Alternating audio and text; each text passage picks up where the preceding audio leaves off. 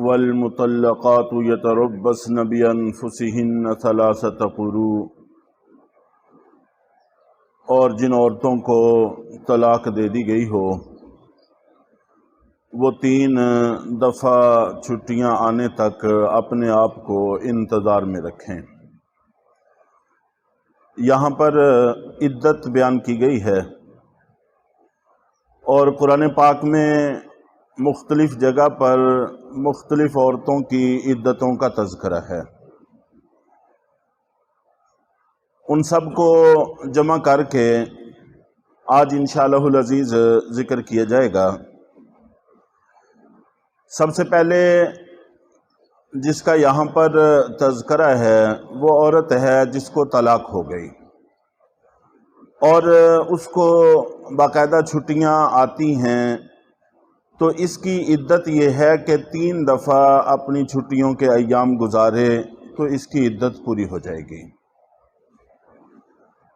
اور دوسرے نمبر پر سورۃ الطلاق میں اس کا تذکرہ ہے کہ جس کو چھٹیوں کے دن نہیں آتے، چاہے تو بچپن کی وجہ سے یا بڑھاپے کی وجہ سے یا کسی بیماری کی وجہ سے، بہت ساری خواتین ہیں ان کو چھٹیوں کے دن نہیں آتے، تو ان کی عدت 3 مہینے ہے۔ ہمارے ہاں عام طور پر 90 دن کی آواز چلتی ہے، عدالتوں میں کچہریوں میں سب کے ساتھ یکساں سلوک کر لیا جاتا ہے۔ یہ ٹھیک نہیں ہے۔ خدا نخواستہ غلطی ہو گئی اور ابھی عدت پوری نہیں ہوئی تھی تو اس کا کسی اور جگہ نکاح ہو گیا، نکاح پڑھنے والے، پڑھانے والے، گھر والے سارے لوگ بڑی خطرناک پوزیشن میں آ جاتے ہیں۔ اس سے ایمان کے ضائع ہونے کا خدشہ لاحق ہو جاتا ہے، بلکہ صریح طور پر علماء نے اس بات کو لکھا ہے۔ قرآن پاک کے واضح احکام ہیں، ان کی خلاف ورزی یہ انکار کے زمرہ میں آ جاتی ہے۔ اور اسی طرح تیسرے نمبر پر وہ عورت ہے جو امید سے ہو، تو اس کی عدت وضع حمل ہے، جب ولادت ہو جائے تو اس کی عدت پوری ہو جاتی ہے۔ چاہے تو طلاق کے 1-2 دن بعد ہی ولادت ہو جائے، بس اسی وقت عدت پوری ہو جائے گی۔ وہ کسی اور جگہ نکاح کرنا چاہے تو آزادی ہے، اجازت ہے، اور چاہے 9 مہینے، 8 مہینے، 7 مہینے کے بعد وضع حمل ہو تو اس وقت عدت پوری ہوگی۔ عام طور پر جو یہ مشہور ہے کہ امید کے دنوں میں طلاق نہیں ہوتی، یہ غلط بات ہے۔ اگر ہوتی نہیں تو پھر دیتے کیوں ہیں؟ ظاہر ہے کہ جب ہم طلاق دیتے ہیں تو اسی وجہ سے دیتے ہیں کہ ہوتی ہے، جب ہو جاتی ہے تو پھر ہم کہتے ہیں کہ ہوتی نہیں ہے۔ یہ ہونا نہ ہونا بالکل اس لطیفے کی طرح ہے کہ کسی نے مسئلہ بیان کیا کہ بغیر وضو کے نماز نہیں ہوتی، اگر وضو نہ ہو تو نماز نہیں ہوتی۔ تو کوئی خاتون بیٹھی تھی، وہ کہتی کہ ایسی نہیں ہوتی، ہمیں تو اتنے سال ہو گئے ہیں بغیر وضو کے پڑھتے، ہو جاتی ہے۔ تو ہونے نہ ہونے کا مطلب ہم لوگوں نے پتہ نہیں کیا گھڑا ہوا ہے، تو اس کے مطابق ہو جاتی ہے، لیکن اللہ اور اللہ کے رسول کی نظر میں ایسا نہیں ہے، تو اس لیے طلاق ان دنوں میں بھی ہو جاتی ہے۔ تو 3 طرح کی خواتین اور ان کی عدتوں کا میں نے تذکرہ کیا۔ سب سے پہلے وہ عورت جس کو چھٹیاں آتی ہیں، تو 3 دفعہ جب اس کی چھٹیاں گزر جائیں تو اس کی عدت پوری ہو جاتی ہے۔ اور جن کو حیض نہیں آتا ان کی عدت 3 مہینے ہے، وہ بھی 90 دن ہونا ضروری نہیں ہے، اس لیے کہ چاند کے مہینے بھی مسلسل 3 مہینے 90 دن کے 30 دن کے نہیں ہوتے۔ 2 تو مسلسل ہو جاتے ہیں، 29 کے بھی ہو جاتے ہیں، 30 کے بھی ہو جاتے ہیں، لیکن 3 مہینے مسلسل ایسے نہیں ہوتے۔ اور تیسرے نمبر پر جو امید سے ہو اس کی عدت وضع حمل ہے، جب بھی ہو جائے۔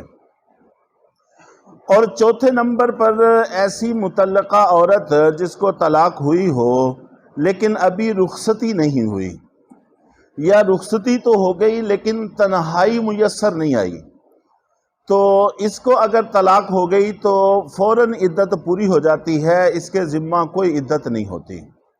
چنانچہ ادھر طلاق ہوئی، ادھر وہ کسی اور سے نکاح کرنا چاہے تو جائز ہے۔ سورہ احزاب کے اندر اس کا تذکرہ ہے، اور اس میں قرآن پاک کے اندر 22ویں پارے میں ہے فَمَا لَكُمْ عَلَيْهِنَّ مِنْ عِدَّةٍ تَعْتَدُّونَهَا، کہ تمہارے لیے ان کے ذمہ کوئی عدت نہیں ہے کہ جن کو تم شمار کرنے بیٹھ جاؤ۔ چنانچہ ادھر طلاق ہوئی، ادھر وہ نکاح کر سکتی ہے، اس کے ذمہ کوئی عدت نہیں ہوتی۔ اگر رخصتی سے پہلے طلاق ہو جائے یا تنہائی میسر آنے سے پہلے طلاق ہو جائے تو پھر عدت نہیں ہوتی۔ اور دوسری قسم کی عورت بیوہ ہوتی ہے، یہ مطلقہ کی میں نے بات کی، 4 صورتیں اس کی ذکر کی۔ اور دوسری قسم کی عورت بیوہ ہوتی ہے جس کا شوہر وفات پا جائے، اس کی عدت 4 ماہ 10 دن ہوتی ہے، اور اگر یہ امید سے ہو تو اس کی عدت بھی وضع حمل ہے، جب ولادت ہو جائے تو اس کی عدت پوری ہو جاتی ہے۔ اس حوالے سے بھی کافی غلط فہمیاں پائی جاتی ہیں، چنانچہ کچھ لوگوں کا خیال یہ ہے کہ اگر عورت جنازے کے ساتھ باہر نکلے، جنازے کے پیچھے جائے، جنازے کے پیچھے دوڑے، بس اس کی عدت پوری ہو جاتی ہے، اس کو عدت گزارنے کی ضرورت نہیں۔ ایک طرف تو اتنی آزادی، اور دوسری طرف اس کو گھر میں قیدی بنا کر رکھ دیتے ہیں، بالکل قیدیوں کا سا سلوک ہو جاتا ہے۔ تو وہی جو میں نے کل محاورہ عرض کیا تھا کہ جاہل آدمی کی یہ فطرت ہوتی ہے کہ وہ میانے راستے پر نہیں رہ سکتا، وہ افراط و تفریط کا شکار ہو جاتا ہے۔ اگر وہ زیادتی کرنے سے باز آ جائے تو وہ تقصیر پر تل جاتا ہے، کمی کرنا شروع کر دیتا ہے، یا زیادتی کرے گا یا کمی کرے گا، درمیانے راستے پر چلنا اس کے لیے ممکن نہیں ہے۔ تو ایک طرف تو ہم کہتے ہیں کہ بس میت کے ساتھ باہر نکلے تو عدت پوری، کوئی مسئلہ نہیں، اور اگر ایسا نہیں ہے تو پھر گھر میں بالکل قیدیوں کا سا سلوک ہوتا ہے۔ جبکہ شریعت کا حکم یہ ہے کہ جو عورت مطلقہ ہے، جس کو طلاق ہوئی ہے، وہ تو گھر سے نہ نکلے، نہ دن کو گھر سے نکلے نہ رات کو گھر سے نکلے، اس لیے کہ اس کے تمام تر اخراجات وہ اس کے شوہر کے ذمہ ہیں جس نے اس کو طلاق دی ہے، چاہے طلاق 1 ہو، چاہے 2 ہوں، چاہے 3 ہوں، جتنی بھی طلاقیں دے چکا ہے، عدت کے دوران کے تمام تر اخراجات یہ طلاق دینے والے کے ذمہ ہیں، جو پہلے اس کا شوہر تھا اس کے ذمہ۔ یہاں تک کہ اگر شوہر بیمار ہو اور اس حالت میں طلاق دے دے اور عورت کی عدت گزرنے سے پہلے شوہر کی وفات ہو جائے تو وہ عورت اس کی وارث بھی ہوتی ہے، اس کو وراثت سے بھی محروم نہیں کیا جا سکتا، اس لیے کہ اب عدت کے دوران اس نے اپنے آپ کو جو روکا ہوا ہے وہ اسی شوہر کے حق کی وجہ سے روکا ہوا ہے۔ تو جب کوئی بھی بندہ اپنے آپ کو دوسرے کے حق کی وجہ سے روکتا ہے تو اخراجات اسی کے ذمہ ہوتے ہیں جس کے حق کی وجہ سے آدمی رکا ہوا ہے۔ تو مطلقہ عورت کے بارے میں تو کسی نے کبھی نہ سوال کیا، نہ غور کیا، نہ فکر کرنے کی ضرورت محسوس کی، ادھر طلاق ہوئی، ادھر اجاڑ ہوا، اور جناب وہ گئی۔